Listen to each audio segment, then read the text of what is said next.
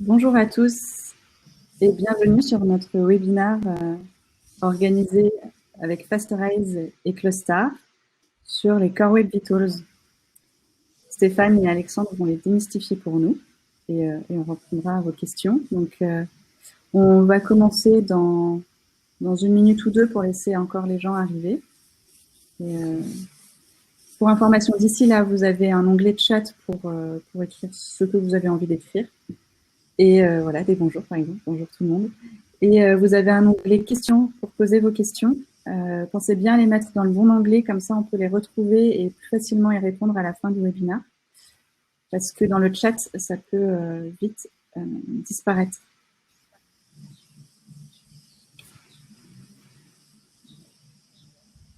Et bien sûr, on est à l'écoderie. Je ne vais pas présenter. Mais... Oui, on fera le backstage avec Émilie. Et on prendra vos questions. On dirait qu'il y a des habitués qui reviennent régulièrement au webinaire. C'est sympa. Ça veut dire qu'on les a pas épuisés. On les a pas trop ennuyés. Donc il est 11h30, je propose qu'on commence à 31, si ça vous va. Ouais, prenez votre café, un petit thé. Mettez-vous bien. Ça va bien se passer.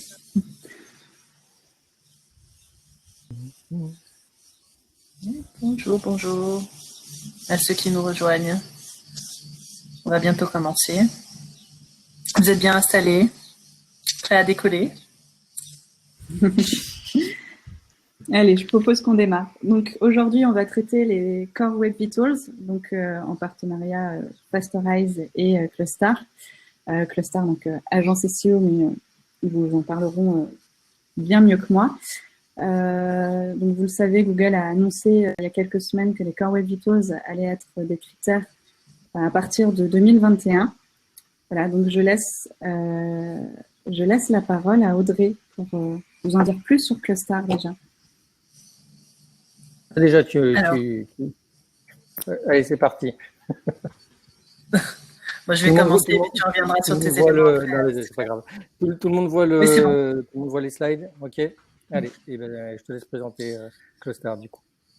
Alors, du coup, pour Clustar, l'idée ici, c'est de vous expliquer en fait qui on est et ce qu'on fait très rapidement, parce qu'en fait, voilà, aujourd'hui, dans ce webinaire, vous avez donc moi-même, Audrey Schoenvater et Alexandre Messiou, qui allons vous présenter une partie relative au SEO. Donc, qu'est-ce qu'on fait? Nous, chez Clustar, on est spécialisé dans tout ce qui est identification de l'intention des internautes à l'aide de la data. Notre approche, elle se base sur et l'analyse de millions de requêtes et questions. Et ainsi, on est en mesure de mieux comprendre l'utilisation qui est faite du langage naturel par les internautes afin de guider nos clients vers une meilleure compréhension en fait de leur cible. Donc finalement, notre mission, c'est un peu de répondre à grande échelle aux fameuses questions qui recherchent quoi et surtout pourquoi.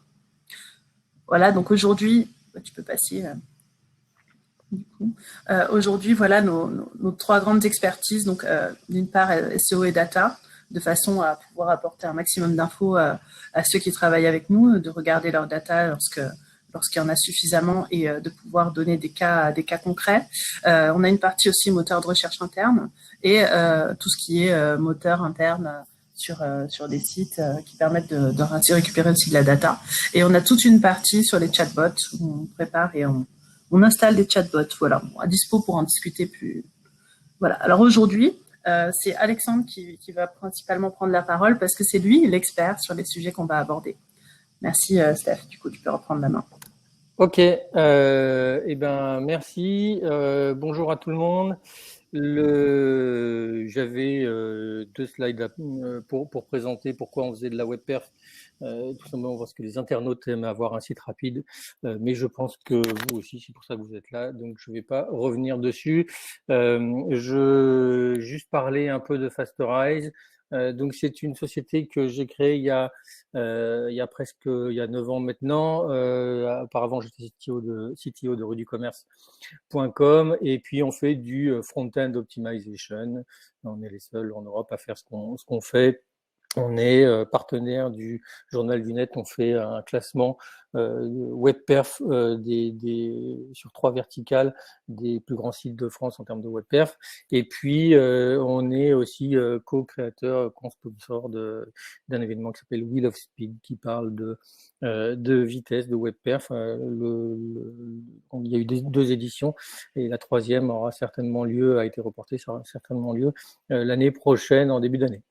On traite aujourd'hui plus d'1 milliard de pages vues par mois et ça fait gagner, si on prend 1 seconde par page, ça fait gagner 31 ans chaque mois aux internautes clients de nos clients. Alors, on est aujourd'hui, j'aime bien dire qu'on est une référence de la WebPerf parce qu'on produit pas mal de contenu bien sûr, on a une solution qui fonctionne et qui aide nos clients, mais on a aussi la vocation de démocratiser un peu la WebPerf. Et donc, on produit pas mal de contenu sur le blog, sous forme de livres blancs, sous forme d'études, sous forme de webinaires maintenant.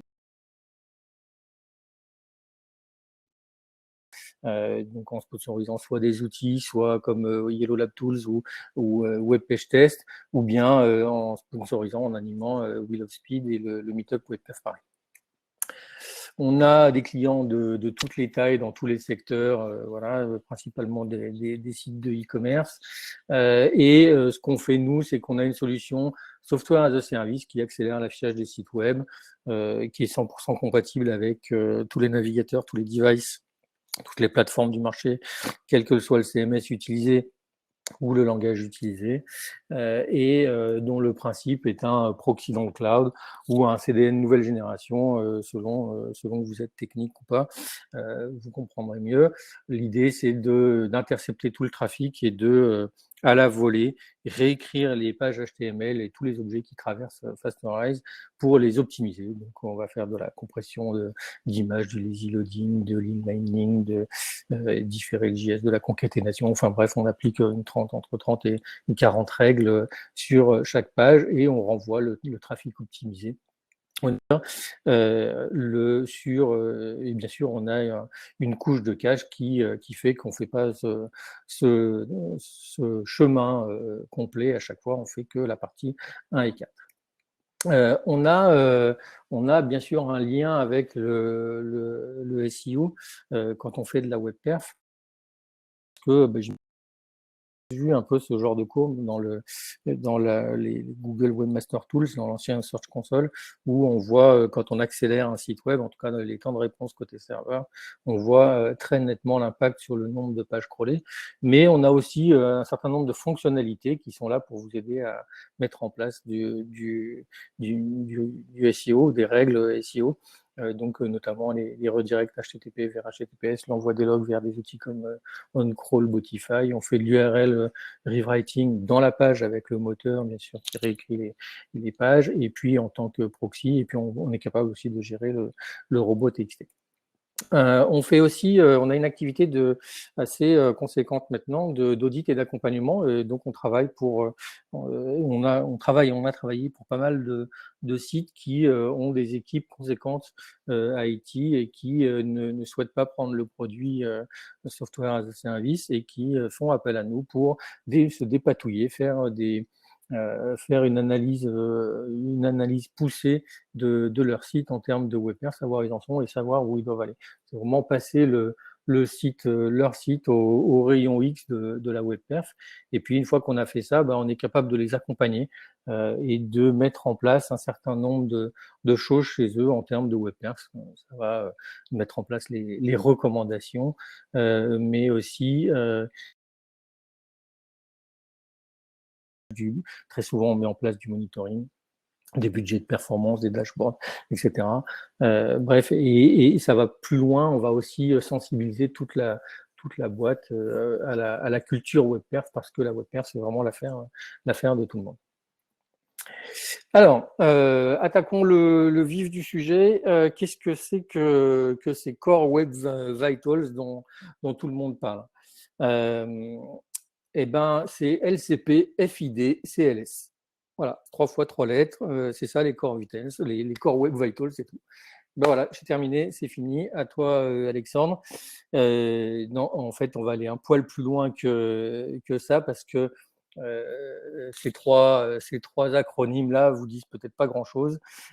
Par contre, pour comprendre ce que ça veut dire, on va être obligé un peu de rembobiner, et de revenir un peu en arrière. Alors, on va revenir quasi 10 ans en arrière. Je vais pas refaire tout le film Google et la vitesse, mais en fait, vraiment, tout a commencé il y a un peu plus de 10 ans, quand Google a annoncé sa volonté de rendre le site, le web plus rapide. Et depuis, c'est devenu leur mantra. Alors, je ne sais pas si les gens se souviennent, en 2009, quand on avait ce genre de graphique dans les Google Webmaster Tools, et qu'il fallait être dans les 20% les plus rapides pour être dans la partie verte. C'était pas évident d'être dans la partie verte. Alors, et puis ça a continué pendant 10 ans, mais voilà, en 2010, on a aussi un Matt Cutts qui annonce que la vitesse va faire partie des signaux de ranking, et donc à partir de là, mon business il est né. Merci Google. Bon, plus sérieusement, ça marque vraiment pour moi le départ de la prise en compte de la web perf pour le référencement naturel. Bon, pourquoi Google veut des sites rapides? Alors, pour moi, il y a 3 raisons qui n'engagent que moi. Un, c'est optimiser le temps de crawl de Googlebot, que ce soit pour les 2 parties du crawl, que ce soit la classique où il ne récupère que le HTML, et puis la plus récente où il fait le rendu de la page. Et donc, avoir des serveurs rapides, avoir un TTFB rapide, ça ne suffit pas. La deuxième raison, c'est que c'est un peu plus indirect, mais si les utilisateurs se sauvent quand le site est lent, eh bien, finalement, avoir un site rapide permet d'éliminer le critère vitesse dans le taux de rebond, et d'avoir un taux de rebond dont on est sûr qu'il correspond au contenu, et donc d'avoir des résultats plus pertinents, que ce soit SEO ou SIA. La troisième raison, c'est que c'est celle que vous partagez avec lui, c'est la satisfaction utilisateur. Et donc, dans votre cas, ça le taux de conversion. Mais dans le cas de Google, ça servira aussi à afficher plus de publicité dans son réseau. Les gens restent plus rapidement s'ils font plus de pages vues, si le site est rapide. Donc on pourrait imaginer que c'était juste qu'ils veulent un monde plus rapide, mais bon, je pense qu'il y a des raisons derrière, et ces 3-là, à mon avis, en font partie. Donc au final, c'est quoi un site rapide? Parce que en fait, il existe plusieurs façons de mesurer la vitesse. Il existe plusieurs façons de mesurer la vitesse d'un site, donc plusieurs définitions. Et donc, faisons un petit tour rapide. Alors, là, on a stylisé un film strip, donc qui représente au cours du temps le chargement de la page avec tous les éléments qui arrivent petit à petit et potentiellement les interactions d'utilisateurs. Donc, je ne vais pas rentrer dans le détail de toutes les métriques, mais sachez qu'elles peuvent se répartir en métriques, d'abord métriques techniques. Donc, des métriques techniques, c'est la plus connue, c'est le time to first byte, le temps que met le navigateur pour récupérer le premier octet de la réponse du serveur. Mais ça peut être aussi dû à quelque chose de plus connu comme l'audit que vous connaissez peut-être sous la forme de DOM ready, le nombre de requêtes, le nombre de nœuds DOM, le poids, le onload, etc. Tout ça, ce sont des indicateurs techniques qu'on utilisait beaucoup avant. Maintenant, on se focalise beaucoup sur l'expérience utilisateur. Et donc, on va utiliser des métriques qui sont plutôt liées à l'UX. Alors d'abord, côté affichage, donc c'est les métriques type Start Render First Paint, qui va mesurer le moment où le premier pixel apparaît à l'écran, ou bien le Speed Index, qui va mesurer le rythme d'affichage des éléments au-dessus de la ligne de flottaison. Et puis, ont été introduits ensuite le First Contentful Paint et le Largest Contentful Paint. Et puis, une page qui s'affiche vite, ça ne suffit pas. Donc, il faut des métriques qui soient liées à l'interactivité de la page, et ça, pour savoir quand est-ce qu'on peut cliquer sans être bloqué, combien de temps on attend quand on clique, à quel moment le navigateur est dispo pour faire telle ou telle tâche, etc. Et donc ça, ces métriques d'interactivité sont sont assez nouvelles dans le paysage. Alors, quand on dit nouveau, ça veut dire quelques années, mais ça reste assez nouveau dans le paysage. Sans compter qu'on peut aussi avoir des custom metrics qu'on peut imaginer pour chaque site. Et là, l'idée, c'est de mêler une notion fonction, mesurer à quel moment l'utilisateur voit la fin du slider, à quel moment il a cliqué sur le bouton ajouter au panier, à quel moment il a choisi un produit dans une liste. Et donc là, on voit bien que c'est des indicateurs de très haut niveau, mais qui vont du coup rassembler les équipes IT et les équipes métiers sur le même objectif. Et donc nos Core Web Vitals, là, ils sont connus, ils sont déjà là, ils sont identifiés. Et donc, c'est ces fameux LCP, FID et CLS. Voilà. On n'est pas en terrain inconnu. C'est pas droppé comme ça sans que personne ne sache de quoi on parle. C'est d'ailleurs déjà disponible dans des outils comme PageSpeed Insight, où on voit dans les données field data et lab data déjà des données qui correspondent au Core Web Vitals, donc le CLS, le FID et le LCP. Donc c'est une partie, ces deux parties là, field et lab, ce sont finalement deux moyens de mesurer les performances de votre site web et qui ont un autre nom dans le monde de la web perf, puisque nous, on parle plutôt de Real User Monitoring et de Synthetic Monitoring. Donc, il faut un peu que j'explique la différence pour que vous compreniez bien comment on peut mesurer l'une ou l'autre de ces métriques qui font partie des Core Web Vitals avec l'un ou l'autre de ces outils.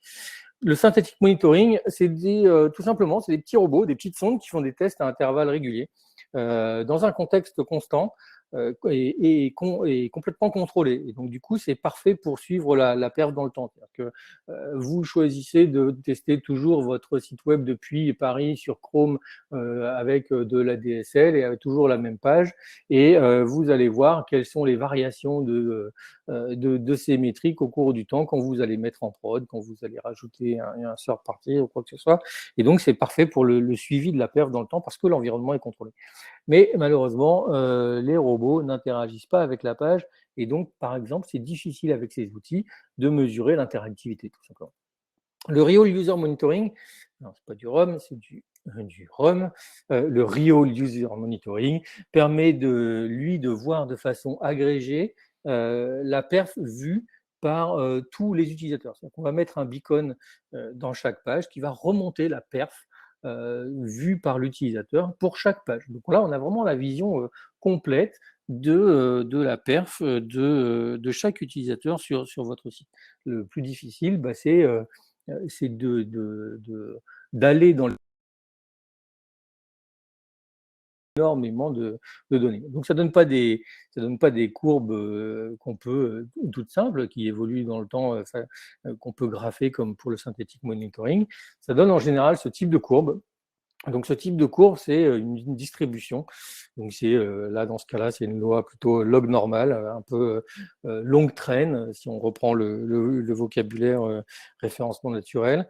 Et donc c'est une courbe qu'on retrouve souvent pour décrire des phénomènes naturels. Ici, ça veut juste dire que pour la métrique WebPerf que je mesure, eh bien, je vais avoir 10 000 utilisateurs qui sont entre temps et temps, entre 5500 et 5550 versus je vais en avoir un peu plus 80 000 qui sont entre 1650 et 1700.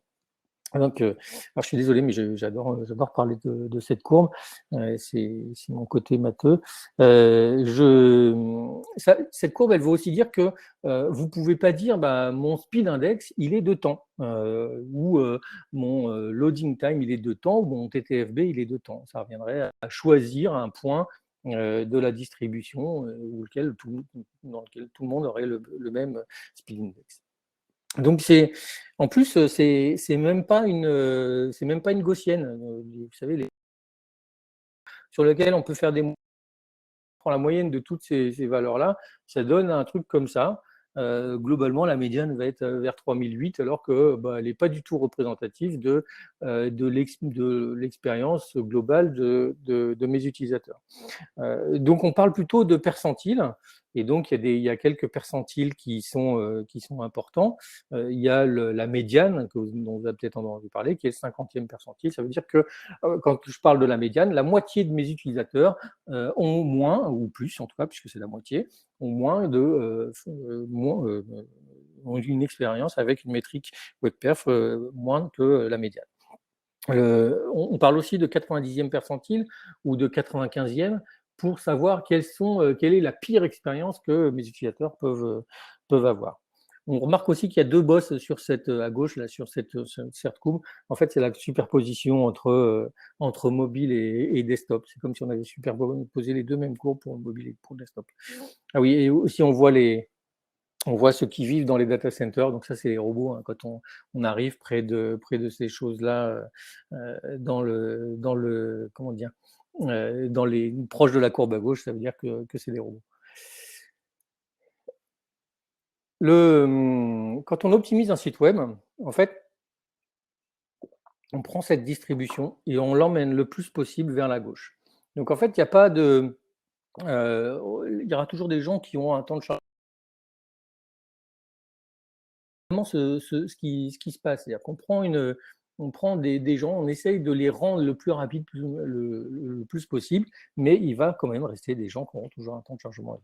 Alors j'insiste parce que c'est hyper important de comprendre cette notion de distribution, parce que les Core Web Vitals sont mesurés par Google par des outils RUM, Real User Monitoring, et donc Google a fait le choix de percentiles pour vous présenter des valeurs pour ces métriques. Donc il faut bien comprendre que il a dit, voilà, je vais prendre le 75e percentile ou le 70e ou le 95e percentile pour telle ou telle valeur. Et c'est ça que je vais présenter quand j'affiche mes données. Alors, j'ai essayé de lister justement tous les outils Google dans lesquels ces nouvelles métriques vont apparaître. Bon, globalement, c'est pas parce qu'il y a des nouvelles métriques, ça en fait des nouveaux outils. Hein, tous ces outils, ils existaient avant. Donc, il y a du plus accessible au plus expert. Donc, on a bien sûr on a Chrome et puis Chrome DevTools, les outils qui permettent de voir rapidement quel est l'impact de mon site, de la vitesse sur mon site en termes business et test my site. On a Google Analytics qui peut servir de premier outil pour suivre la vitesse de son site. Et puis maintenant, on a le speed report dans la Google Search Console. Puis après, pour aller plus loin, on a vraiment les outils qui permettent de diagnostiquer, de voir où on est notre site. Donc, c'est PageSpeed Insights qui se base sur Lighthouse et le Crux.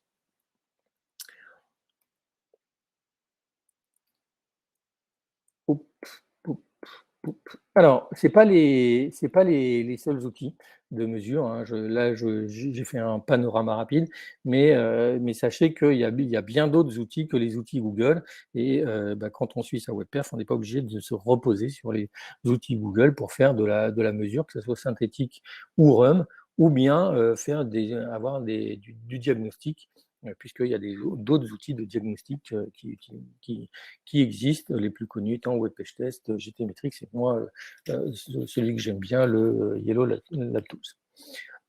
Allez, revenons maintenant à nos fameux Core Web Vitals et essayons de rentrer dans le détail de chaque métrique une par une. Alors,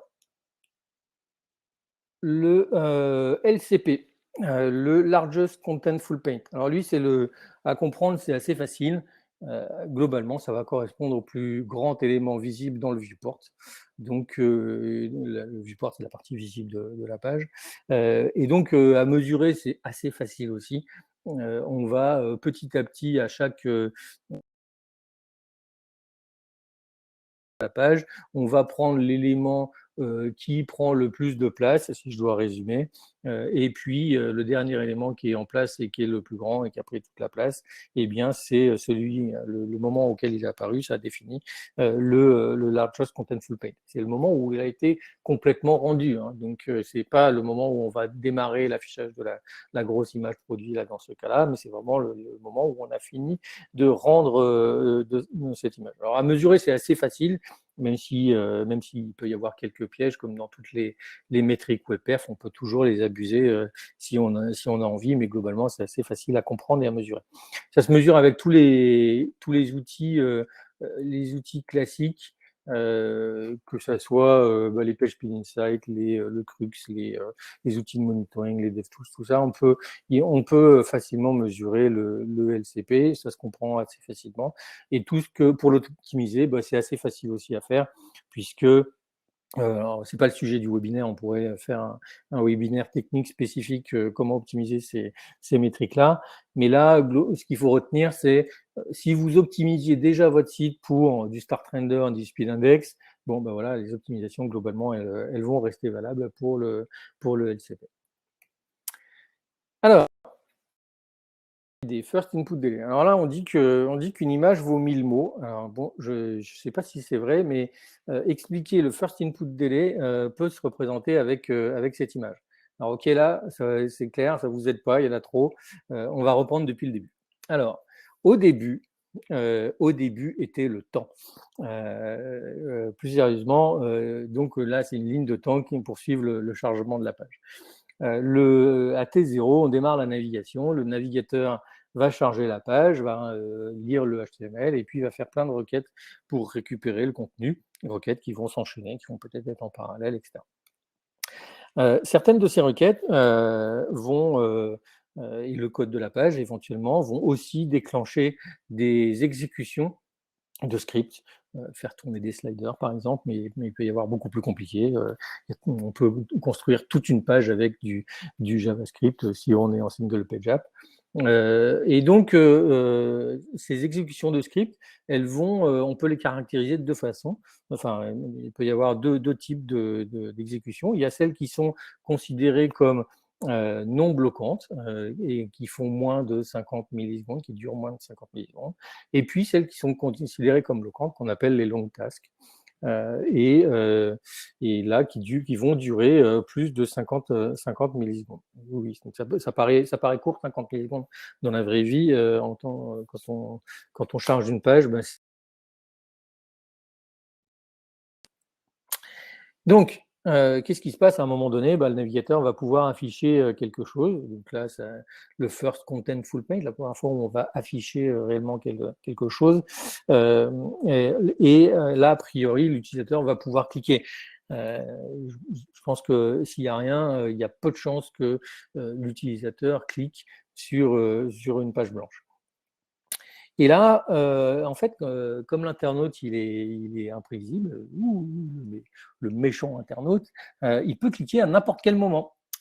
Et s'il clique à ce moment-là, c'est super, il vient d'avoir du contenu, il y a rien qui le bloque. Le thread, le navigateur a son thread principal qui n'est pas occupé et il lui répond potentiellement tout de suite.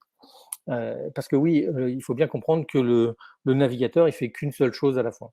Et donc, si vous cliquez à ce moment-là, il est en train d'exécuter une long task et il ne va pas s'arrêter pour vous répondre. Et donc là, ce n'est pas la même histoire. L'utilisateur, il doit attendre la fin de cette long task, et donc potentiellement plusieurs centaines de millisecondes pour que le navigateur daigne lui répondre. Et là, je vous assure que ça peut être très pénible quand on clique sur un bouton et qu'il y a quasi une seconde qui va se passer avant d'avoir la réponse. Ne serait-ce que quelques 300 millisecondes, c'est déjà pénible en termes d'expérience utilisateur. Alors bien évidemment, s'il clique ici, c'est la même chose qu'en 1 et tout va bien. À noter aussi qu'on comprend bien du coup la notion de time to interactive qui a été introduite il y a quelques années et qui mesure à quel moment on peut considérer que la page elle est sympathiquement, j'aime bien ce terme, sympathiquement interactive, c'est-à-dire qu'à partir du moment signifié par le time to interactive, je peux me dire que quel que soit le moment où je vais cliquer, j'aurai potentiellement une page qui va me répondre correctement. Et tout le temps à partir du TTI, ou en tout cas au moins pendant 5 secondes, parce qu'on s'est assuré que pendant 5 secondes, il n'y avait rien qui pouvait bloquer, il n'y avait pas de requête en cours, etc. Comme il faut un clic utilisateur, ce FID là, il n'est pas mesurable via un outil de type Real User Monitoring. Donc on ne va pas le mettre dans le Crux, pardon, on va pas le mettre dans Lighthouse par exemple. Et donc ce que faisait Lighthouse ou PHP Insight dans la précédente version, c'est qu'ils estimaient un max potential FID. Et ce FID maximal potentiel, là, c'était en fait une approximation. Et là, ils font aussi une approximation quand ils vous livrent des résultats lab. Un total blocking time qui correspond au total des tâches bloquantes, et puis vous dire, voilà, le total blocking time, et si ça prend ça peut prendre beaucoup de temps, et ça peut correspondre au FID maximal de votre utilisateur. À mesurer, c'est donc du Real User Monitoring. Il faut faire très attention à choisir le bon percentile qu'on va mesurer. Mais c'est intéressant là de s'intéresser aux percentiles les plus élevés pour voir qu'est-ce qui peut bloquer pour certains utilisateurs dans l'interaction de la page. À optimiser, c'est principalement se concentrer sur comment on va gérer les JavaScript, les event listeners et tout ce qu'il y a derrière pour qu'on n'ait pas de long task. Alors, le CLS. Alors, le CLS, le Cumulative Layout Shift, lui, mesure la stabilité visuelle en partant du principe qu'un contenu qui change trop de place dans la page, c'est perturbant. Et je pense que tout le monde a vécu la situation où on essaye de cliquer à un endroit, il y a un bandeau de pub qui apparaît, qui décale tout. Résultat, on se retrouve à regarder une page sur qui est le nouveau mari de Céline Dion. Bref, pas cool. On voulait cliquer sur le boulon, l'article qui nous intéressait, et on se retrouve sur quelque chose qui ne nous intéresse pas. Alors, c'est la métrique qui est la plus nouvelle des trois, et peut-être la plus compliquée à appréhender, à calculer, à mesurer. En fait, c'est pas une durée, c'est pas un temps sur une timeline. Donc moi, quand je mets cette métrique sur une timeline, je mets une petite calculatrice tout au bout pour dire, voilà, c'est quelque chose qui est calculé, qu'on calcule à la fin du changement de la page. Et donc, du coup, on a du mal à raccrocher la valeur obtenue à quelque chose. Si je vous dis que le start render ou le LCP arrive à 1 seconde ou à 2 secondes 5, vous allez comprendre que l'image arrive à 2 secondes 5, alors que le start render à 1 seconde, qu'il y a un premier pixel qui arrive à 1 seconde. C'est facile à comprendre. Le CLS, c'est si je vous dis que cette page a un score de 0,122, ça va pas vous dire grand-chose. Donc, si on peut essayer de rentrer dans le détail pour que vous compreniez bien, parce que ça peut se comprendre assez facilement. Maintenant, est-ce que ça peut s'actionner facilement? C'est une autre question. Donc, en fait, ça correspond à la partie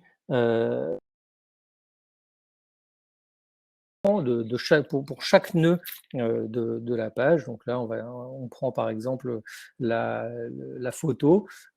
Pour cette photo, elle était à un moment donné en haut, enfin au milieu de la page, puis elle est descendue.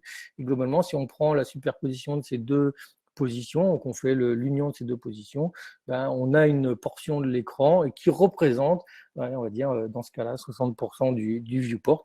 Et donc, ce impact fraction vaut 0,6.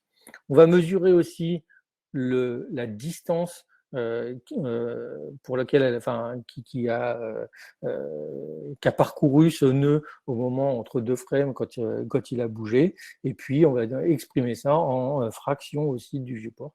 Et donc dans ce cas-là, la photo elle a bougé d'environ, puisque le bandeau de pub est arrivé, il prend 20% du viewport, elle a bougé d'environ 20%.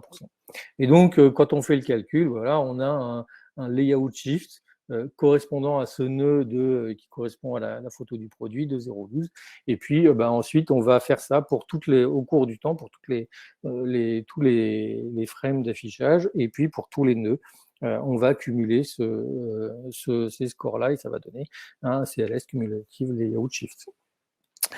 Alors, c'est 0,12, ça ne vous dira rien, ça ne vous dira pas grand-chose.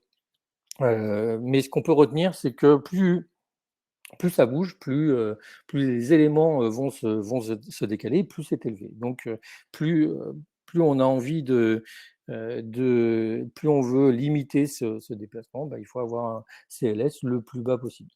Alors, le problème, même si c'est facile un peu plus facile maintenant à comprendre, à mesurer, le problème avec ce genre de métrique, c'est qu'on a du mal à savoir quoi actionner. À part essayer de caler le layout le plus tôt possible, globalement, il n'y a pas de choses qu'on peut très facilement actionner pour. Il y en a quelques-unes, hein, j'ai pas dit le contraire, mais c'est plus difficile de trouver des choses actionnables. Donc pour moi, il faudra voir dans le temps ce que ça donne et voir comment l'écosystème va se l'approprier. Le CLS, quand on regarde, en fait, ça part dans le score Lighthouse. En fait, il prend assez peu de place dans le score Lighthouse, en tout cas dans la version V6. Peut-être qu'il y aura une version où il prendra un peu plus de place. À noter aussi, dernière chose, que ce CLS, quand on regarde en fait CLS plus LCP, finalement, ça donne pour moi une estimation d'une métrique qui est assez proche du speed index. Mais comme le speed index est très difficile à mesurer en real user monitoring, j'ai des métriques qui étaient plus simples et qui pouvaient fournir une bonne approximation du speed index. Alors, je vais passer la main à Alexandre, du coup, qui va... Hop. Le petit partage d'écran qui va bien. Voilà. Est-ce que tout le monde voit correctement?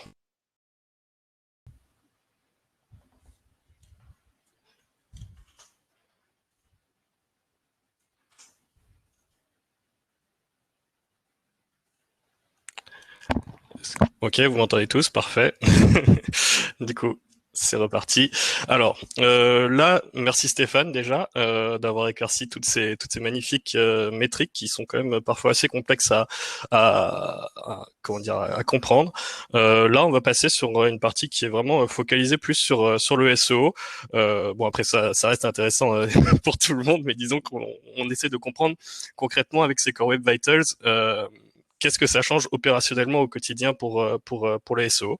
Donc très simplement, c'est un récap, hein, mais bien entendu, comme vous l'aurez compris, il y a un changement au niveau des métriques qui vont être prises en compte pour l'évaluation du critère web performance. Donc Stéphane nous a très bien expliqué la différence, mais comme vous voyez, il y en a qui changent, d'autres pas. Donc le FID reste le même.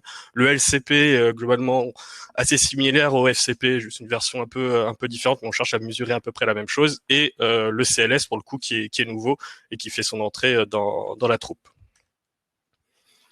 En parallèle, on a aussi des nouvelles tranches de performance qui ont été définies pour toutes ces différentes métriques. Donc côté GSC, pour les SEO, il y a pas mal de choses qui vont changer. Donc on avait le rapport de vitesse qui fut un temps expérimental, qui ne l'est plus et qui maintenant a été amélioré avec les Core Web Vitals. Donc voilà, les buckets entre guillemets de performance, donc ce qui fait les tranches pour des URL qui vont être considérées comme rapides, devant être améliorées et lentes, ont aussi changé. Donc ça, c'est valable sur les deux rapports desktop et mobile. Et historiquement, disons que c'est quand même des objectifs qui sont assez stricts. Donc globalement, ça change pas trop de philosophie. On reste quand même assez exigeant pour avoir des URL qui sont rapides. Donc voilà, c'est challengeant pour les propriétaires de sites.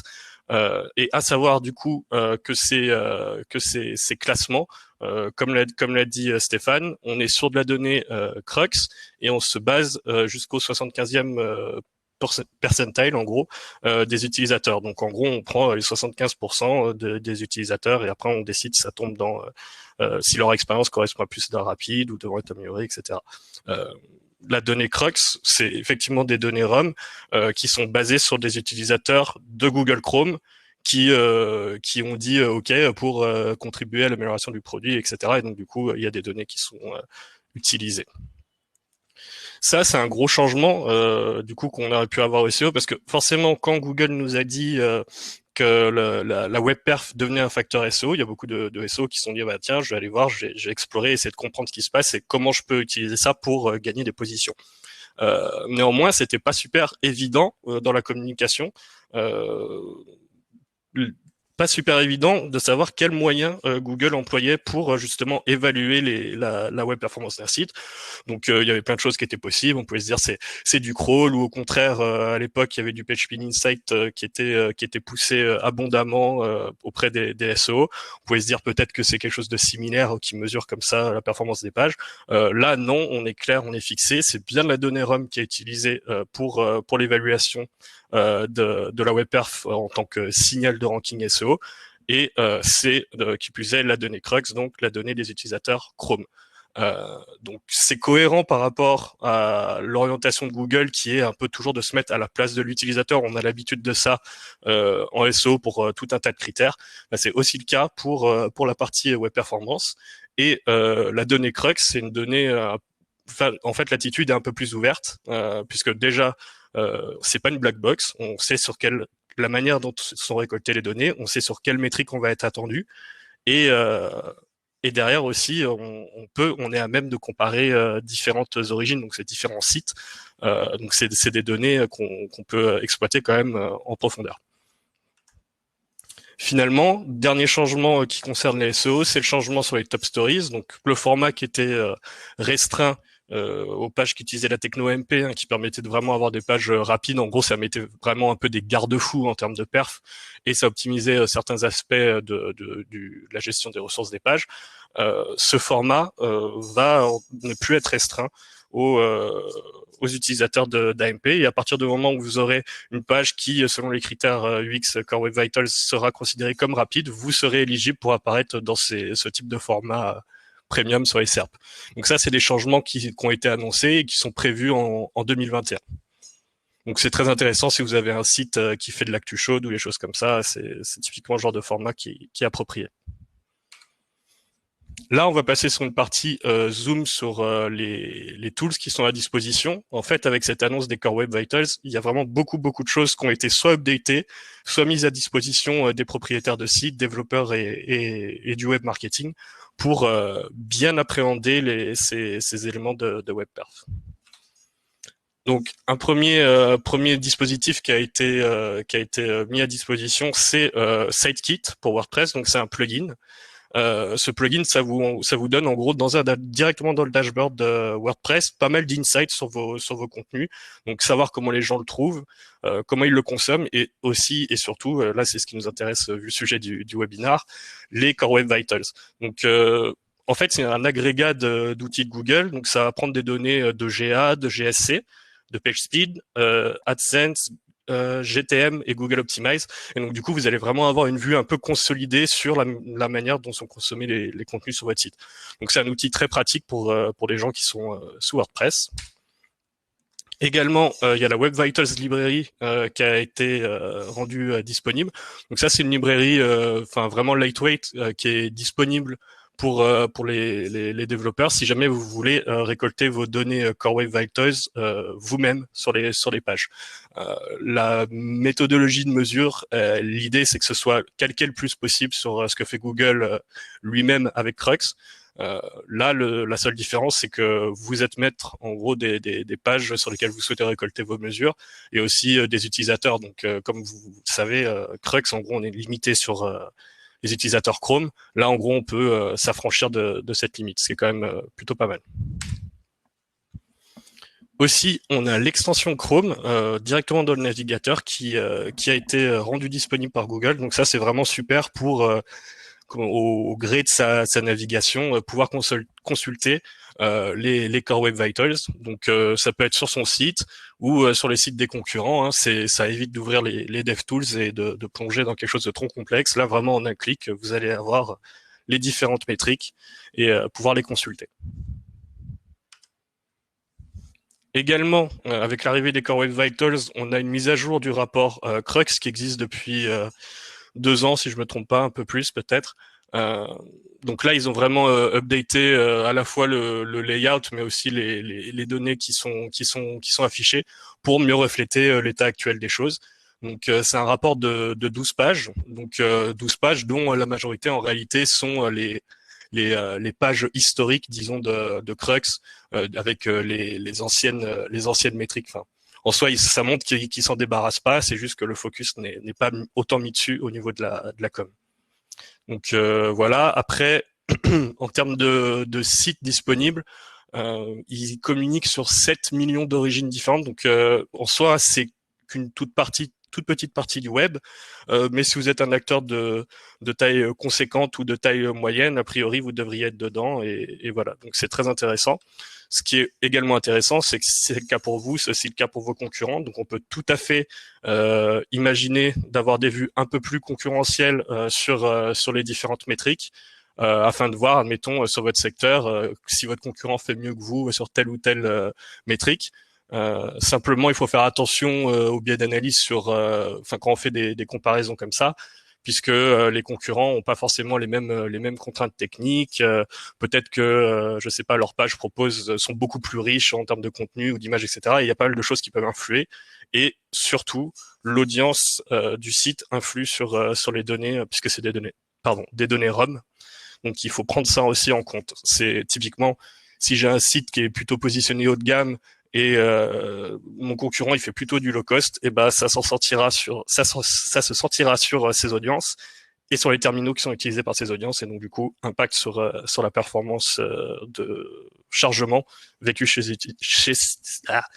ces utilisateurs. J'y arrive. Et ça se sentira sur les dashboards de Crux. Donc, très utile de pouvoir faire des comparatifs.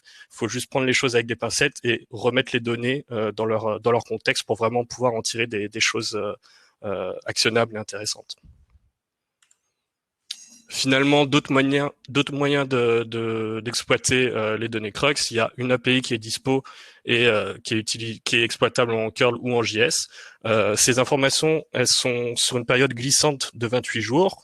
C'est exactement la même chose que ce qu'on a dans le dashboard, et c'est mis à jour quotidiennement. Donc voilà. Également, il y a un dataset Crux qui est disponible dans BigQuery. Donc là, c'est autant l'API, on peut se dire peut-être pour des tools et des choses comme ça, des besoins très spécifiques, on peut l'utiliser. Là, si on est plutôt dans l'écosystème Google Cloud Platform, BigQuery, c'est quand même très pratique de pouvoir requêter directement en SQL, de vraiment apporter des segmentations spécifiques, de la granularité dans les données via des requêtes précises en SQL, et derrière d'envoyer tout ça sur Data Studio via le connecteur natif BigQuery, ou si vous utilisez notre solution pour la data visualisation, c'est aussi possible. Donc là, on voit typiquement, c'est une segmentation avec des pays dans l'exemple, mais on peut tout à fait se dire que ces données-là, on souhaite derrière les croiser avec des données de crawl ou des données de business. C'est possible si derrière on a le data warehouse qui va bien avec. Maintenant, on va passer sur l'impact SEO concrètement. Qu'est-ce que ça change? Là, le focus, c'est vraiment le ranking. Jusqu'à maintenant, la web perf, on a entendu que c'était un critère, etc. On sait très bien que ça ne joue pas que sur le SEO, mais la plupart des SEO s'y sont intéressés parce que c'est devenu un facteur de ranking. Généralement, la web perf, ça peut être des efforts qui sont quand même plus ou moins importants, que ce soit en matière de temps, de coût, ou pour les développeurs, ça peut impliquer des changements qui sont quand même assez lourds parfois. Et si on fait ça dans une optique 100% de gain de position, on peut dire que des fois, c'est pas super héroïste. En réalité, ce qui s'est passé jusqu'à maintenant en termes de web perf, magnifique étiquette Alexandre, c'est très bien, sur la web perf, c'est que ça a surtout joué négativement en fait sur le ranking des sites. C'est-à-dire que on aurait pu croire que la web performance, justement, à partir du moment où on l'améliorait, ça allait booster nos rankings, notre ranking SEO. En réalité, c'est pas vraiment le cas. C'est surtout les sites qui étaient vraiment très mauvais de ce point de vue-là, qui ont vu leur positionnement baisser. Donc en fait, après là, c'est un exemple théorique où on se dit que sur l'ensemble des gros facteurs type contenu, netlinking, technique, on est équivalent, mais globalement, si on grimpe en position, c'est surtout parce que le concurrent du dessus est bien plus mauvais que nous sur la web perf. Ça arrive qu'il y ait des sites qui soient vraiment très rapides, qui reçoivent un petit boost, mais c'est plus exception que la règle. Et donc du coup, de ce point de vue-là, c'est vrai que c'est un peu comment dire, c'est pas ce à quoi on s'attendait. Derrière, l'analogie, c'est un peu celle du HTTPS, dans le sens où, bon, le HTTPS, il y a un tas de bonnes raisons de le mettre en place, et ça devrait être mis en place, qui sont des raisons qui sont pas strictement liées au SEO en réalité. Et donc, au moment où Google, justement, matraquait le HTTPS, très important, facteur de ranking, etc., on a pu facilement se rendre compte que, en soi, c'était pas un facteur qui permettait de booster le ranking. C'est surtout le fait de ne pas avoir de HTTPS qui impactait négativement la performance du site. Donc, au final, pour le SEO, dans l'esprit, en tout cas, c'est la web perf, ça fonctionne à l'heure actuelle de manière similaire. En revanche, sur une facette du SEO du coup qui est hors ranking, la web perf a des impacts super concrets. C'est-à-dire, on l'a vu tout à l'heure avec Stéphane sur les slides introductives de Fasterize. Tout ce qui est impact sur le crawl, c'est vraiment très présent et très direct. Hein. On réduit le temps de chargement des pages pour les bots et mécaniquement, les bots peuvent crawler plus de pages lors de leur passage. Donc, plus mon site est gros, plus c'est un enjeu pour moi et derrière, plus c'est important d'avoir de faire en sorte que la qualité de crawl sur mon site soit bonne. Un bon moyen de savoir si on a des problèmes de taux de crawl sur ces pages, etc., c'est d'aller regarder du côté des logs pour voir si c'est problématique. Mais ça, c'est un impact très très direct de l'amélioration du temps de chargement de vos pages. Quelque chose qu'il faut garder aussi en tête en tant que SEO, c'est que Google veut toujours se mettre à la place de user. Donc maintenant, avec le rendu des pages, tout ce qui est exécution du JS, etc., il y a aussi un enjeu de web performance et d'avoir de bonnes performances, puisque le JS, qui est quand même un petit peu gourmand, va entrer, comment dire, va être pris en compte dans ces critères-là. Donc tout ce qui est script, que ce soit du first party ou du third party, enfin généralement surtout du third party, vont impacter la performance et le rendu. Donc il faut faire attention et bien soigner ça, même en règle générale. Mais je veux dire, quand on est SEO, maintenant c'est quelque chose qu'il faut prendre en compte également. Donc, faut-il se soucier des Core Web Vitals? En gros, oui. Enfin, on a tendance à le répéter, mais en fait, la web perf, c'est vraiment l'affaire de tous. C'est pas seulement les devs qui doivent s'en occuper, ou plus récemment les SEO parce que c'est un facteur de ranking. Vraiment toutes les actions, que cela soit du marketing, le merchandising, des product owners, etc. Tout ça peut avoir un impact sur la web perf. Donc, il faut vraiment que les enjeux ils soient pleinement intégré aux réflexions de chacun des corps de métier. Donc oui, améliorer les core vitals et donc du coup sa web perf, c'est important parce que derrière, comme vous le savez, enfin vous l'entendez probablement à chaque talk sur la web performance, mais ça permet d'améliorer l'expérience utilisateur et derrière c'est moins de taux de rebond, plus de rétention. On améliore son CA parce qu'on améliore le taux de conversion ou même la complétion d'objectifs en règle générale. Donc c'est vraiment des bénéfices qui sont à l'échelle globale. Enfin global si on décide de se dire, admettons, on optimise le template de page produit, donc c'est global à l'échelle des pages produits, mais aussi et surtout, c'est des gains qui sont transcanal. Donc derrière, on mutualise les efforts. Et moi, en tant que SEO, je suis allé m'intéresser à la performance d'une page. On a réussi avec les devs à améliorer la performance de la page. Et ben derrière, le SEA peut en bénéficier aussi si il s'agit d'une landing page qui est dans les campagnes.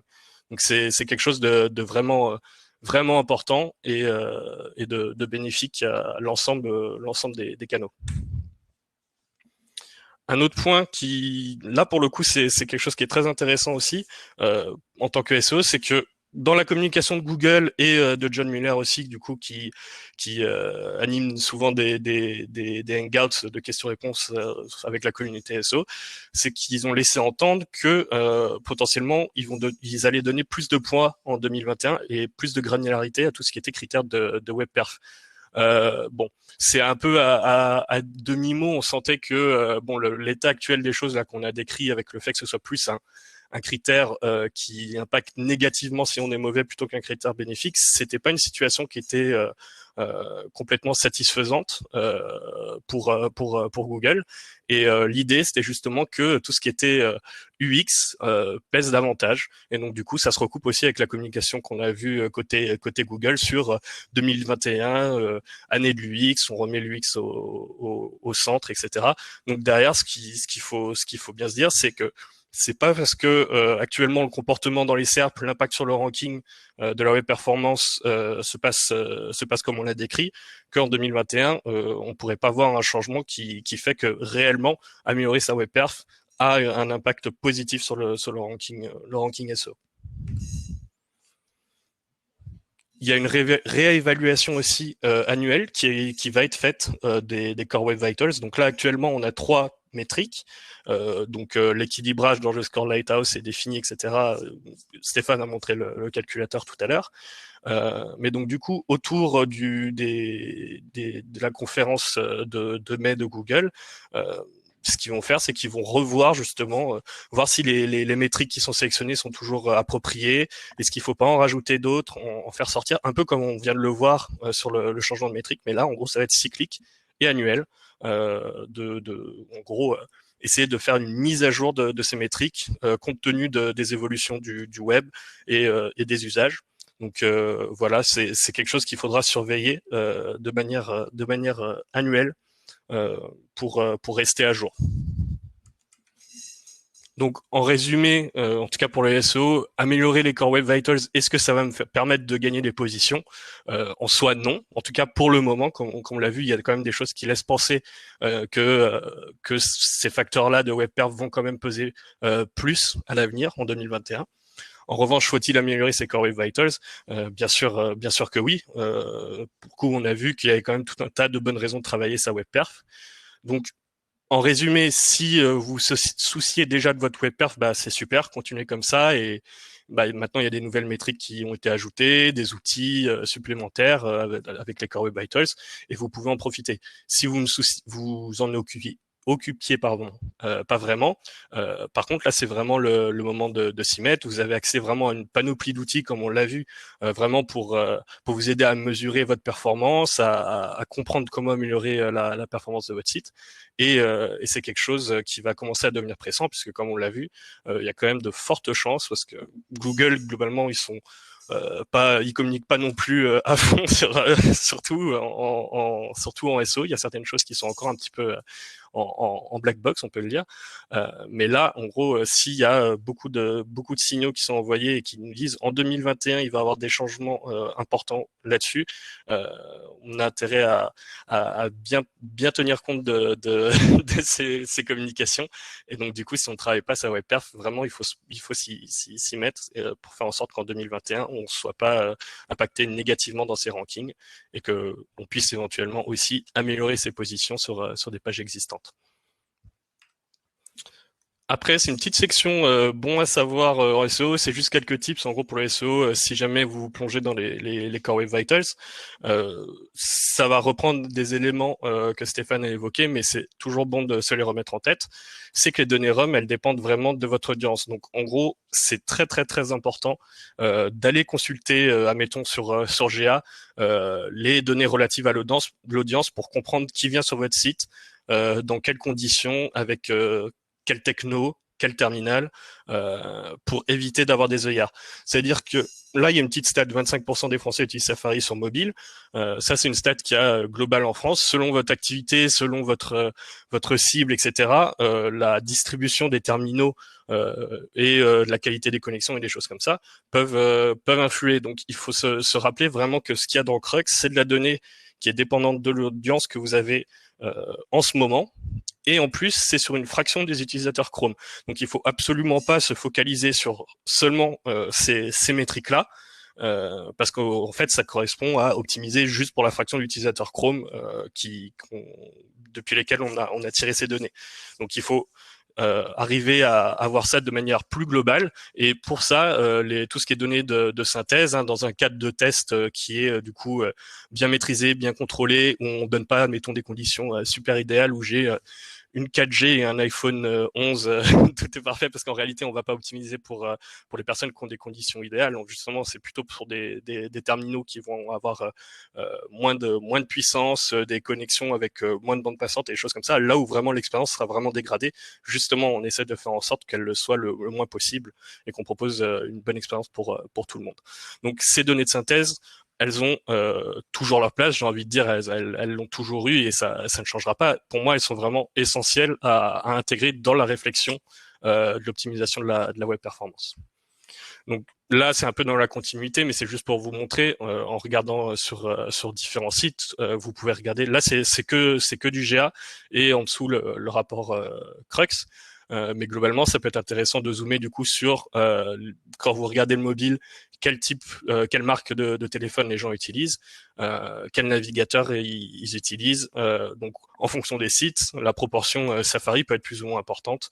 Et c'est des choses qui sont à prendre en compte, non seulement par rapport aux métriques que vous regardez, mais aussi aux technos et aux optimisations que vous allez mettre en place, parce que tous les navigateurs supportent pas tous les mêmes formats, toutes les mêmes technos, des choses comme ça. Donc c'est des choses qu'il faut bien garder en tête. Et donc là, pour la capture Crux, c'est sur les connexions qui sont employées. Bon, là, ça ne raconte pas grand-chose, parce qu'on a quasiment tout le monde qui est en 4G, mais sur d'autres sites, ça peut être intéressant à voir. Typiquement, si on a un site international où on s'ouvre à différents marchés, des choses comme ça, on a des campagnes dans des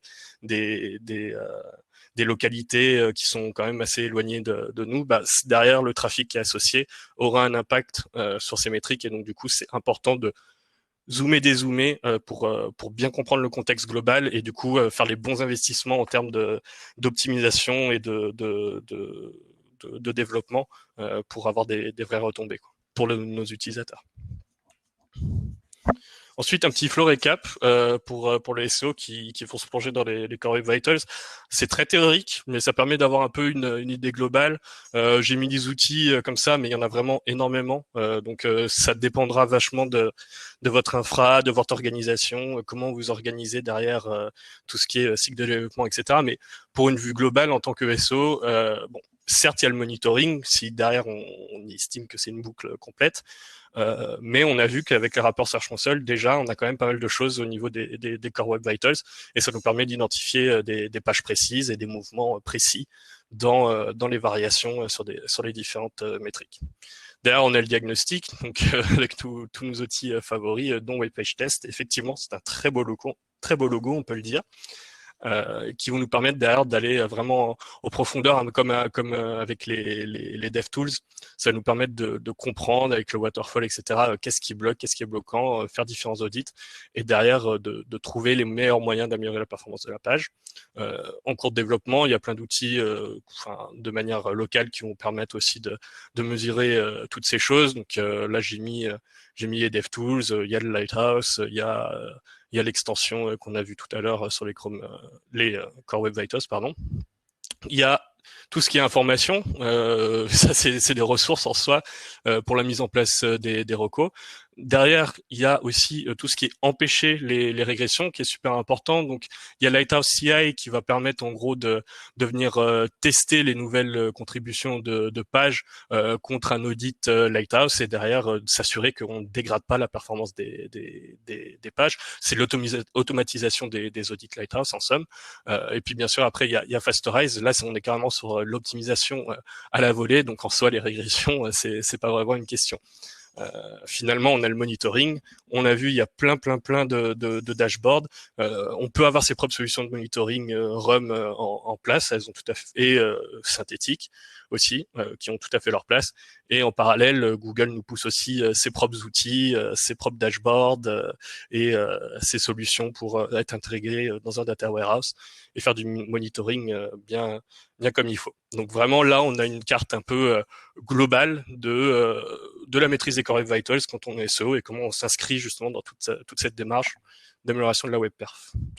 Donc, conclusion incroyable, il y a une animation. Ça, c'est un petit récap, mais donc ce sont bien les données RUM qui sont prises en compte par le biais des données Crux. Donc, c'est quelque chose qu'il faut garder en tête, comme on l'a vu, ce ne sont pas des données synthétiques. Améliorer les Core Web Vitals, oui, très important, mais c'est au même titre que l'ensemble des indicateurs de la web perf. Il faut absolument pas se restreindre, vraiment se mettre des œillères sur les métriques à améliorer. Il faut s'en servir, les valoriser et les remettre dans un contexte global d'optimisation des pages de votre site. Aujourd'hui, on a vu l'impact sur le ranking, j'insiste bien vraiment sur le ranking, est minime. Et parfois, les coûts en termes de développement, de temps, etc. peuvent être importants. Donc, c'est en soi améliorer la web perf simplement pour du ranking SEO, c'est pas super héroïste, alors qu'il y a plein d'autres facteurs sur lesquels vous pouvez travailler qui sont probablement qui auront un impact probablement plus important et peut-être beaucoup plus instantané, beaucoup moins complexe à mettre en place sur les pages données. Néanmoins, il faut garder en tête qu'on a un vrai potentiel d'évolution, à la fois du poids du critère de la web performance, mais aussi de la granularité qui est associée à ce critère. En 2021. Donc ça vraiment c'est un peu le wait and see, c'est-à-dire qu'on a eu beaucoup d'annonces, on connaît l'état actuel des choses. Et donc du coup, faut vraiment pas prendre les choses, je pense, à la légère de ce point de vue-là. Et pour les gens qui travaillent déjà la web performance, très bien. Pour ceux qui la travaillent pas, pour le coup, vraiment, je pense qu'il c'est le moment de s'y mettre parce qu'il y a de fortes chances qu'en 2021, ça devienne beaucoup plus impactant. Finalement, attention aux œillères, on l'a vu, il ne faut pas rester focalisé sur la part d'utilisateurs Chrome sur lesquels on récolte des données. Google a certes une situation vraiment ultra dominante sur le marché français des moteurs de recherche. En revanche, c'est pas le cas sur toutes les facettes du web, en tout cas pas dans les mêmes proportions. Et donc du coup, il faut se rappeler qu'on optimise avant tout pour les utilisateurs, dans leur diversité, dans vraiment, enfin, c'est des utilisateurs de notre site pour lesquels on optimise, pas Google. Google, c'est bonus. Et finalement, le synthétique, pardon, donc tout ce qui est monitoring synthétique et les tests lab, données lab, restent vraiment indispensables parce que, encore une fois, ça évite d'avoir des œillères et ça permet de mieux comprendre ce qui bloque sur nos pages et d'avoir une vision exhaustive vraiment de tout ce qui est performance de chargement. Donc, voilà. Et je vais rendre la parole à Stéphane. Merci à tous les deux, à tous les trois aussi, parce que Audrey, tu as pas mal répondu aussi sur le chat. On va passer aux questions. Je pense que vous pouvez revenir tous les trois. Voilà, super. On a eu plusieurs questions. Donc, on va les prendre au fur et à mesure. Je vais les prendre par ordre de vote. Je rappelle, si vous avez d'autres questions, n'hésitez pas à les poser dans l'onglet questions dédiées. On y répondra au fur et à mesure. Voilà, super, tout le monde est là. Donc, la question qui a recueilli le plus de votes, c'est celle de Frédéric Boubé, qui demande sur quoi se baser avant de considérer que l'optimisation des perfs devient inutile. À partir de quel moment on se dit que gravir chaque marche devient que ces marches à gravir deviennent ridicules et le travail à fournir trop important.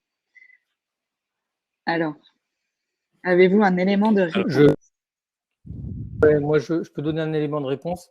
Ça voudrait dire que la web perf, on la travaille ou on la travaille pas à certains moments.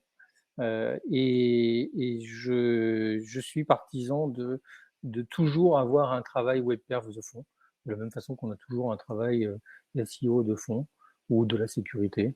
Et donc, j'aurais tendance à répondre à côté en disant mais non, en fait, il faut travailler toujours la web perf. Peut-être qu'il faut en faire un peu moins, un peu plus à certains moments, mais il faut toujours travailler cette web perf.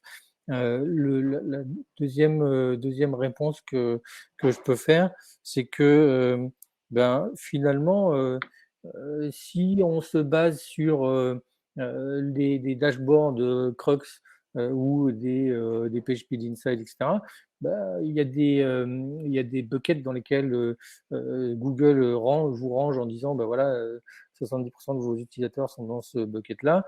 Bah, peut-être que ça peut être on peut se dire, OK, une fois que j'ai atteint la partie fast, je peux dire que je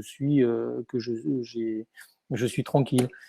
Et puis, on pourrait avoir une troisième vision qui est, ben, en fait, non, je vais surveiller mes concurrents. Parce que mes concurrents, peut-être que eux, peut-être qu'on me dit que je suis rapide, mais peut-être qu'ils sont 2 fois plus rapides que moi. Et si je me détache en termes de vitesse, je suis le plus lent, bah, peut-être que je vais avoir un impact sur le SEO. Donc, je mixerai un peu tout ça pour dire, pour répondre. Là. Ça marche, merci Stéphane. Alexandre, tu voulais compléter? Non, c'est effectivement, enfin, je rejoins Stéphane là-dessus. Après, c'est vrai que, en gros, on se dit le rapport coût-bénéfice, c'est aussi une question de pourquoi on le fait. Effectivement, il y a une partie où c'est la web perf travaille de tous les instants, on a le monitoring. De toute façon, il y aura des régressions au bout d'un moment, donc on sera forcément obligé de s'y coller et d'éviter qu'il y ait justement ces pertes de performance. Donc ça, c'est sûr, c'est vraiment en fait le métier, c'est de la veille, c'est rester à jour, voilà, faire améliorer faire avancer les choses. Après, sur le côté le côté SEO, effectivement, comme tu dis, dès qu'on tombe dans le bucket rapide, si derrière l'idée c'est juste d'avoir l'air de valider le critère rapide pour Google, bah, effectivement derrière on n'a pas besoin de faire davantage d'investissement. Mais les choses en web perf, ça bouge vraiment très très vite. Il y a beaucoup de choses qui sont disponibles au cours de plusieurs mois. Donc c'est vraiment, je pense plutôt quelque chose de cyclique et il n'y a pas de ok, j'enlève le pied de la pédale, on est arrivé en rapide et c'est bon, call it a day, on a terminé quoi. Merci Alexandre. Alors on a perdu Audrey pendant quelques minutes. J'espère qu'elle va pouvoir se reconnecter. Elle a un petit problème de connexion, mais on va continuer en attendant. Deuxième question, c'est toujours Frédéric. On a commencé à y répondre un peu pendant la présentation. Mais donc il dit, ce type de travail coûte très cher. Quel type de site est concerné par ce genre de prestation? Pour abuser, est-ce qu'un site de restaurant a besoin de travailler sur ce type de KPI? Et finalement, est-ce que ça va augmenter mon chiffre d'affaires? Donc là-dessus, je pense que Stéphane, tu as des éléments de réponse sur le chiffre d'affaires. Oui, non, qu'est-ce que il y a deux parties dans la question. Quel type de site? Tout le monde devrait avoir un site rapide, enfin, ou en tout cas, personne ne devrait avoir un site lent. On peut le voir comme ça. Tout le monde n'est pas obligé de faire un travail incroyable en termes de performance pour ses clients, mais c'est quand même un critère à prendre en compte. Si vous avez un site qui présente votre restaurant, mais que la carte met 3 plombes à changer, bah, c'est pas chez vous qu'on viendra, quoi. On ira chez le concurrent, on ira à côté, tout simplement. Donc pour moi, ça s'adresse à tous les sites. Le travail coûte très cher, ça dépend. C'est-à-dire qu'on peut imaginer prendre des développeurs, oui, sur le long terme, peut-être ça peut, pour des petits sites, ça peut coûter cher, mais il y a des solutions, il y a des plugins qui existent pour WordPress, pour Magento, il y a des solutions comme Factorize. Donc en tout cas, il ne faut pas laisser tomber le sujet juste parce qu'on se dit je suis un petit site, ça ne me concerne pas. Et que petit site ou grand site, il y a des impacts sur le taux de conversion, quoi. Enfin, le taux de rebond, ça, il n'y a pas trop de débat là-dessus, quoi. En tout cas, plus un site est lent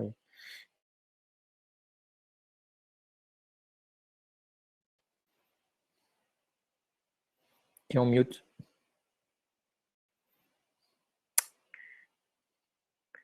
Je disais, on n'aura pas la fin de la réponse parce que ça a coupé, ton micro a coupé, il me semble. Tu disais, plus un site est lent, plus on se sauve. Plus on se sauve, tout simplement. Oui, il y a plein de chiffres qui montrent que ça a directement un impact sur le taux de conversion. Alexandre, Audrey, vous vouliez rebondir. Donc, Audrey, on était sur la deuxième question de Frédéric à propos du fait que ça coûte un travail qui coûte cher. C'est pas systématiquement des changements qui coûtent cher. Après, tout dépend aussi du dimensionnement et de l'utilité que vous avez sur votre site. Sur un e-commerce, c'est vraiment quelque chose de très important parce que là, effectivement, un paquet sur le CA, si on est là, on prenait l'exemple d'un restaurant. Si on a un site vitrine, a priori, on n'a pas un degré de complexité qui est très très très élevé. On a des éléments relativement simples qui vont constituer l'ensemble du poids de page, typiquement des images ou des choses comme ça, peut-être des vidéos. Donc en fait, non, ce sera pas cher entre guillemets d'optimiser ces quelques éléments. C'est pas aussi cher qu'admettons sur un grand site, on a une techno qu'on a depuis 5 ans et il se trouve que derrière il faut faire une sorte de rétro-ingénierie pas possible parce que on se rend compte qu'elle nous coûte trop cher en termes de performance. Donc oui, tout est un rapport de coût-bénéfice, mais les choses vont pas systématiquement devenir des projets titanesques. Faut juste placer ses billes aux bons endroits. Ça marche, merci. Ensuite, on a une question de Nicolas qui nous demande « Que pensez-vous de la théorie qui dit que Google Analytics est gratuit pour permettre à Google de se baser sur les données de taux de rebond, temps passé et nombre de pages vues comme facteur clé de ranking SEO ?»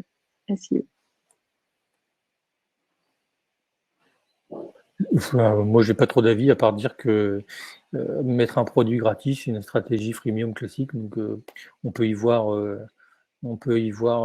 une volonté d'exploiter de la donnée, et pourquoi pas, puisque quand un produit est gratuit, voilà, on connaît le reste de la phrase, mais je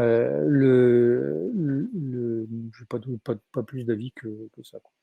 Difficile de se positionner là-dessus. Après, je vois l'idée dessus. Malheureusement, on n'a pas de réponse claire. C'est une théorie qui se vaut totalement. On sait, par exemple, que sur les SERP, tout ce qui est pogo sticking, je clique sur un résultat, j'arrive sur la page, je repars vite, je reviens dans la SERP. Google est capable de le voir. Après, est-ce que toute la stratégie de Google, c'est de proposer des outils gratuitement juste pour enrichir ses algos? Je pense pas. Donc, il faut comment dire?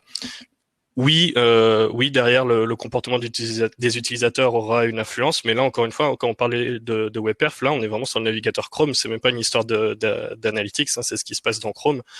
Donc oui, Google va valoriser la donnée à laquelle il a accès, s'il y a accès, parce que maintenant il y a quand même des restrictions qui sont là, donc tant mieux.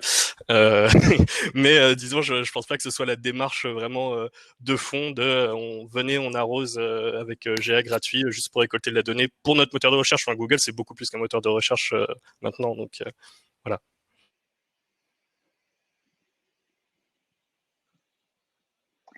Merci pour vos réponses. Alors Émilie, attends, excuse-moi. Est-ce que Frédéric, est-ce qu'on a bien répondu à ta question tout à l'heure? Je vois que tu as reposé une deuxième question du coup. Est-ce que c'était OK pour toi? Tu nous écris dans le chat, je laisse du coup. Non, c'est pas fini. Donc la question de Frédéric, c'est par rapport au sujet qu'on a abordé tout à l'heure sur le coût, notamment, j'imagine. Oui, mais ce que je veux dire, c'est que la WebPerf peut se travailler à l'infini. À partir de quand, sur quoi vous basez-vous pour dire j'ai fini mon job, genre en one shot, hein, et qu'il faut le bosser sur plus long terme?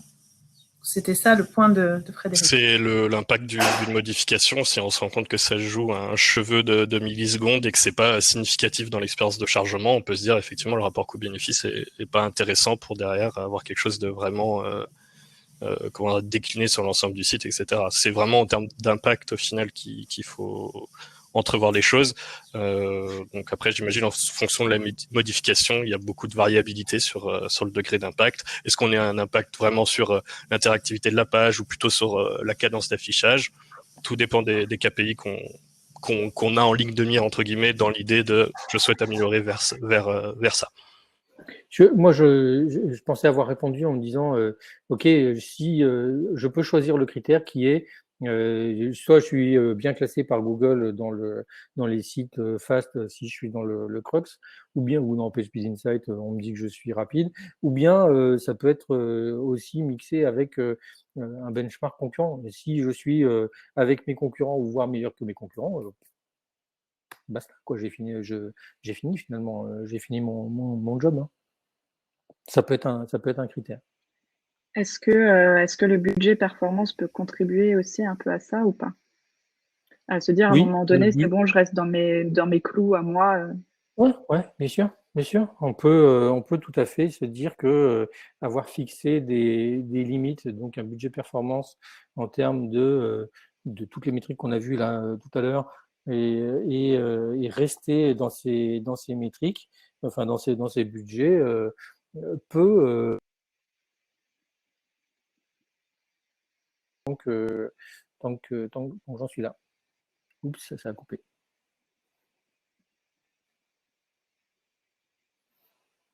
Pour lire à tout le monde, Fred dit le rapport coût-bénéfice, ok merci, même si le bénéfice est très difficile à mesurer, je pense que cet aspect est très important. Voilà. Donc du coup on peut passer à une autre question, c'est bon pour tout le monde? Oui, je pense que c'est bon. Sinon, Frédéric, n'hésite pas à nous réécrire sur le chat. Alors ensuite, c'était la question de Mathieu qui demandait comment pourrait se passer cette intégration des Web Vitals dans les algos de Google, sachant que par exemple les rapports Crux ne sont pas dispo pour ceci à cause du manque de données. Je suis pas certain de bien saisir la question. De ce que effectivement tous les sites ne sont pas dans le Crux. Et donc, qu'est-ce que Google fait de cette non-information dans ses critères de ranking? Alors, première réponse, ça ne vous empêche pas de suivre vos propres métriques. Ça ne vous empêche pas d'avoir des outils de monitoring pour suivre ces métriques-là pour le jour où potentiellement vous serez dans le crux. Et la deuxième partie qui est que va faire Google des sites qui ne sont pas dans le crux? Est-ce qu'il va en tenir compte? Je n'en ai aucune idée. Ce sera vachement comment dire, quelque chose qui va jouer sur le top des rankings. C'est en gros sur globalement les plus gros sites qui ont toujours bien ranké sur un secteur donné. Effectivement, on a vu 7 millions d'origines, hein, c'est pas suffisant pour avoir une carte exhaustive sur les Core Web Vitals. Donc du coup, je pense qu'effectivement, ce sera non seulement que forcément les sites qui sont dans les origines, mais mécaniquement, ce sera aussi des sites de grande ou moyenne taille qui globalement sont toujours là dans les SERP, au moins dans le top 5.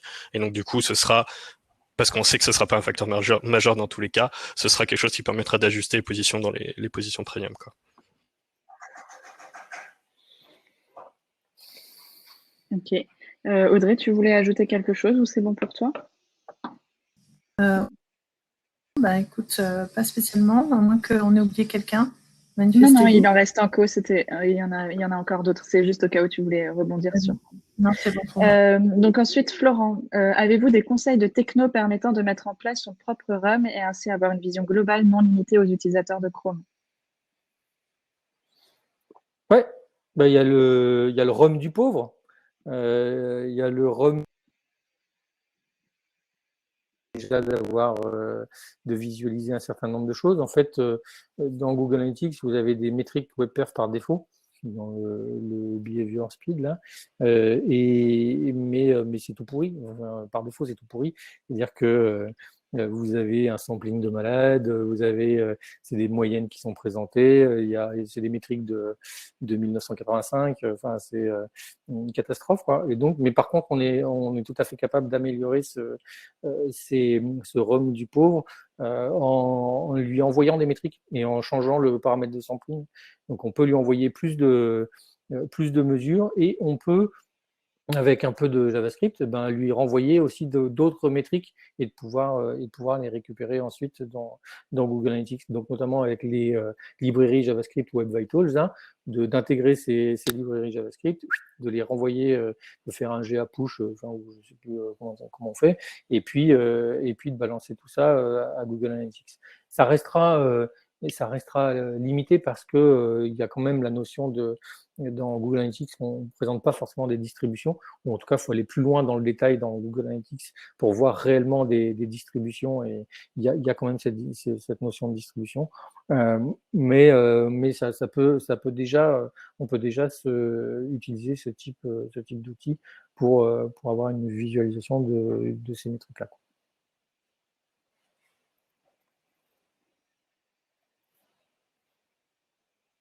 Et après, il y a des solutions RUM qui coûtent beaucoup plus cher, parce que le RUM, en général, ça coûte cher.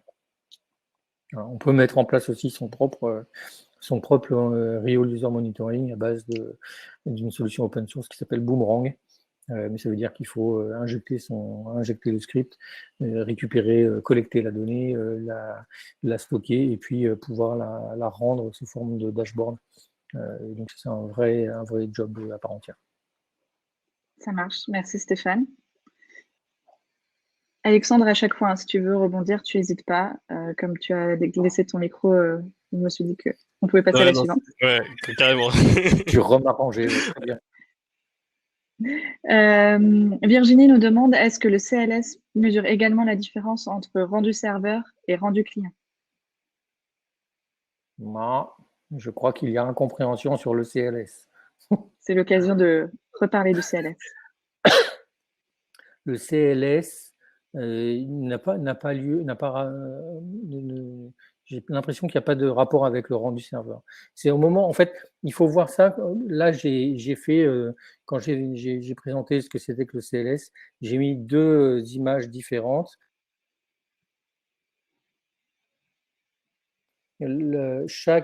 Quand une page se charge, c'est finalement plein de frames différentes qui vont s'afficher sur le navigateur, d'abord avec des éléments, puis de plus en plus d'éléments. Et en fait, on va calculer le déplacement des éléments entre chaque frame. Mais c'est vraiment au moment de l'affichage de la page et pas au moment de la construction du HTML côté serveur. D'accord ? Donc, c'est vraiment sur la page, entre chaque frame et pour chaque élément de chaque frame. Donc, pas rendu serveur. Alors Virginie, si tu es encore avec nous, j'espère qu'on a répondu à ta question. Sinon, n'hésite pas à nous laisser un petit mot sur le chat. C'était la dernière question, il me semble. Je revérifie que je n'ai oublié personne, mais a priori, on a répondu à tout le monde. Il restait la question de Frédéric, mais à laquelle on a répondu tout à l'heure. Voilà, donc on arrive au bout du webinaire. Encore merci à tous pour votre participation. Merci surtout à Alexandre, Stéphane et Audrey pour toutes les informations que vous nous avez partagées. Et on vous dit à bientôt. Alors, on enverra bien sûr le replay et les slides dans un email, soit cet après-midi, soit demain matin. En tout cas, vous recevrez tout ça. Et encore merci à tous. Bon appétit. Merci de votre participation. À bientôt tout le monde.